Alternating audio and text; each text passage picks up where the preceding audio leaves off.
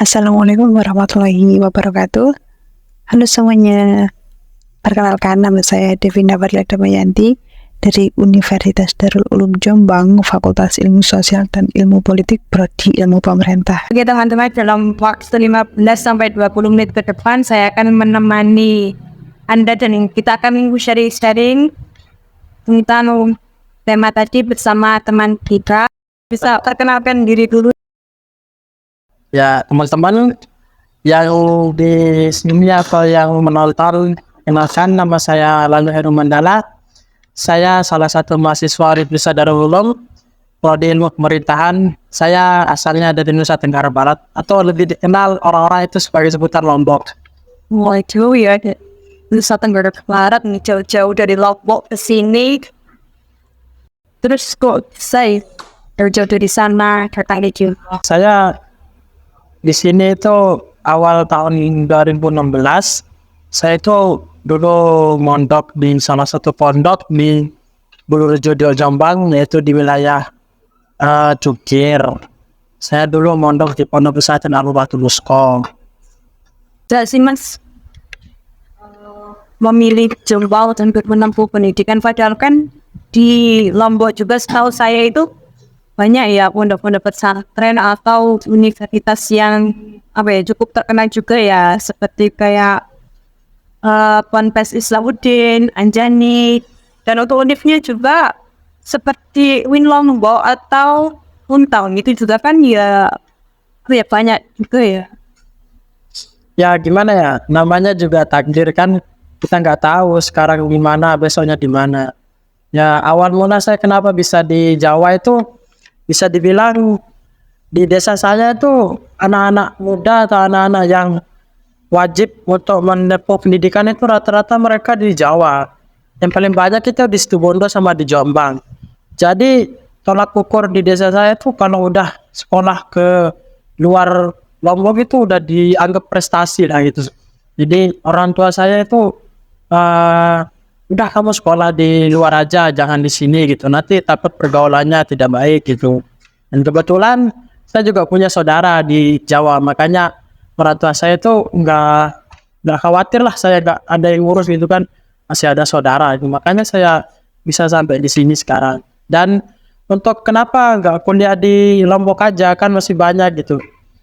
Ya sama kayak tadi itu, saya itu kenapa bisa kuliah di sini? Karena bisa dibilang saya itu mencari pengalaman baru. Di pondok saya kan ada tuh universitas namanya Stikwe. Tapi di sana itu lebih dominan ke agama. Terus dulu itu saya bisa dibilang mondok sejak kecil dari kelas 4 SD. Jadi mondok itu udah mendarah daging gitu loh. Terus ibu saya bilang, kenapa belajar agama terus gitu? Cukup tahu ilmunya aja gitu, nggak usah jadi pemuka. Coba cari ilmu lain yang bisa dibuat untuk kehidupan sehari-hari besok gitu. Makanya saya milih Universitas Darul Ulum, ngambil jurusan ilmu pemerintahan. Semoga saya bisa mendapatkan kehidupan yang lebih layak lah dengan jurusan ini. Oke, Mas, kita di sini diskusi ya, kita Iya. Ini sharingnya apa? Diskusinya kita apa? Tentang apa? Entah itu pelajaran, edukasi atau apa? ya pelajaran juga bisa, edukasi juga bisa, campur aja sih, Mas. Soalnya kan menyeluruh. Bagaimana tanggapan Anda mengenai teknologi di zaman sekarang untuk pengembangan kualitas hidup? Ya menurut saya sih untuk zaman modern seperti sekarang, yang kalau dibahas tentang teknologi itu macam-macam ya.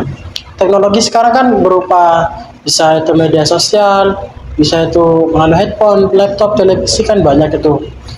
Tapi untuk keberlangsungan hidup bagi orang-orang yang tidak mau bekerja keras itu cukup negatif sih kalau menurut saya, kalau pengembangan teknologi ya.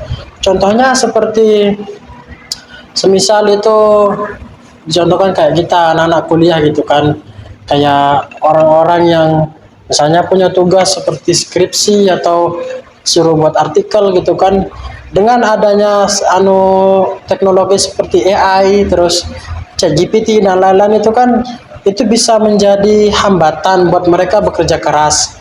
Jadinya mereka itu maunya yang serba instan. Kayak mereka mau buat tugas ini tinggal ngetik jadi gitu kan. Itu salah satu dampak negatifnya gitu kan. Untuk dampak positifnya sih itu bisa berkelangsungan untuk keseluruhan sih.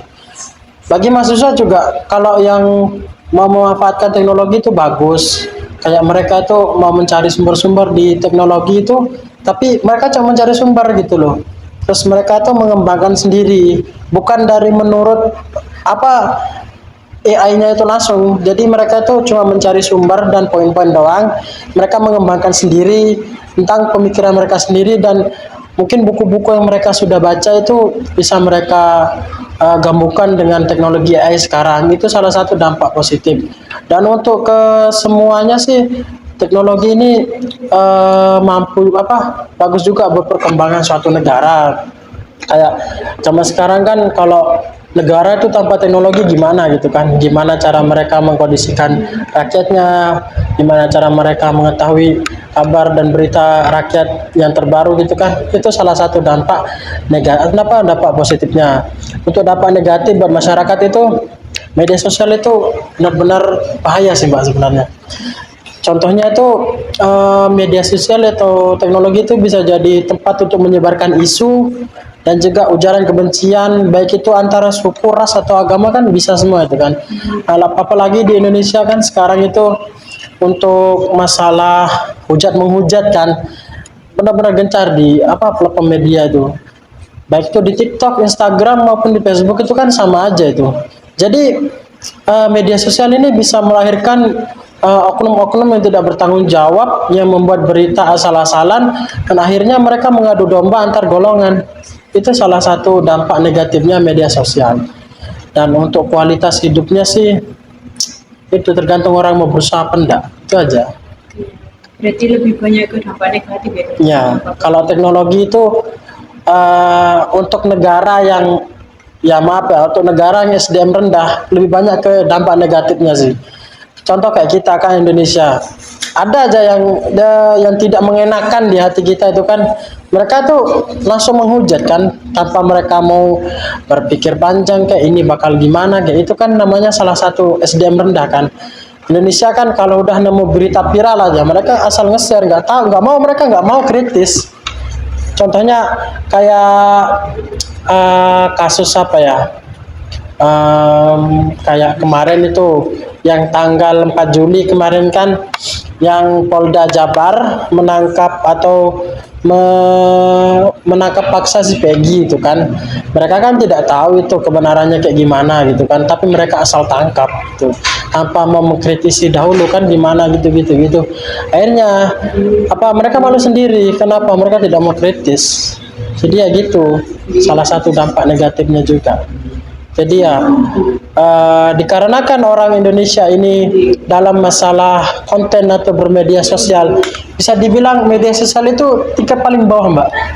Tingkat paling atas itu musik sama hiburan. Jadi tingkat paling bawah itu pendidikan.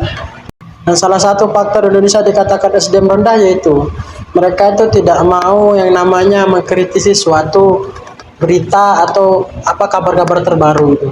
Itu salah satunya. Jadi ya bisa dibilang kita ini bangsa yang tertinggal, belum siap jadi Indonesia emas pada tahun 2045. Belum siap. Meskipun teknologi kita mendukung, tapi ya gitu, kita itu jarang banget menemukan orang-orang yang memanfaatkan teknologi secara baik. Oke, dari penjabaran tadi, gimana tips dan trik untuk meningkatkan teknologi dalam kualitas hidup?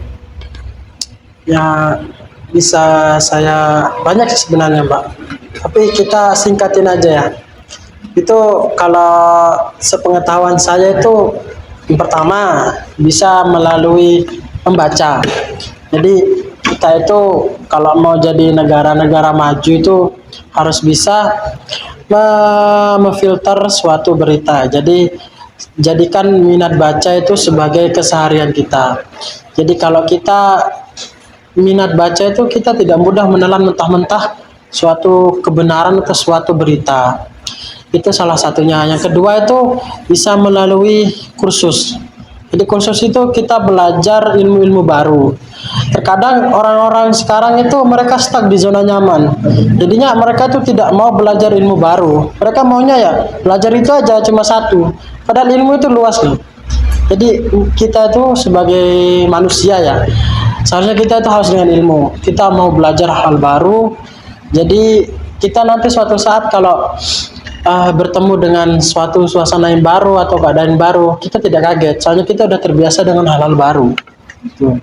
Dan untuk perkembangan kualitas hidup sih bisa dimulai sejak dini ya. Misalnya sampean punya adik atau teman-teman itu punya saudara atau apa itu dari kecil itu kita ajarkan untuk edukasi sejak dini. Jadi kita kasih konten-konten yang positif buat mereka. Kayak zaman sekarang kan kalau ada anak kecil paling disetelin Kokomelo gitu kan. Nah, coba setelin apa kayak ngaji atau belajar dari kecil gitu loh. Kan anak sekarang kan umum gitu. Mereka kalau nangis disetelin anak-anak yang nyanyi gitu kan, joget-joget itu. Coba dari kecil kita latih untuk mereka minat membaca, minat mendengarkan ilmu-ilmu gitu. Itu salah satu untuk menerapkan kualitas hidup itu dari kecil. Soalnya dari kita sendiri ya, kita kan dari kecil itu belum terlalu mengenal namanya teknologi kan. Kita dari kecil kan cuma main-main doang gitu loh. Jadi bisa dibilang generasi kita ini generasi milenial kan. Gen Z apa milenial kita ini? Gen Z itu 2000, oh ya Gen Z gitu ya. Kita Gen Z kan dibilang sekarang kan Gen Z itu lazy, malas gitu kan. Di media-media kan banyak tuh anak-anak Gen Z jangan keterima kerja karena mental mereka lembek gitu loh. Itu salah satu. Memang kita kayak gitu. Kita itu sekarang itu karena semuanya serba mudah, akhirnya mental kita juga mudah gitu loh. Dibentak dikit, baper gitu. Itu yang harus kita hindari sejak sekarang gitu ya. Semasa kita kuliah sekarang itu usahakan minat membaca kita lebarkan biar jika ada tugas-tugas atau suatu kewajiban di kampus itu kita tidak mengandalkan teknologi saja, tapi otak kita yang harus kita isi dengan teknologi. Jadi usahakan punya pendapat sendiri dan usahakan kritis dalam suatu masalah. Kita telah berbincang-bincang lama ya dengan Mas Heru. Dan apa nih pesan-pesan untuk Gen Z di era sekarang ini yang kebanyakan menggantungkan teknologi, apalagi sekarang banyak nih menggunakan teknologi seperti aplikasi AI, terus kalau belanja juga sudah jarang ke pasar, lebih banyak pesan online. Apa nih pesan dan kesannya?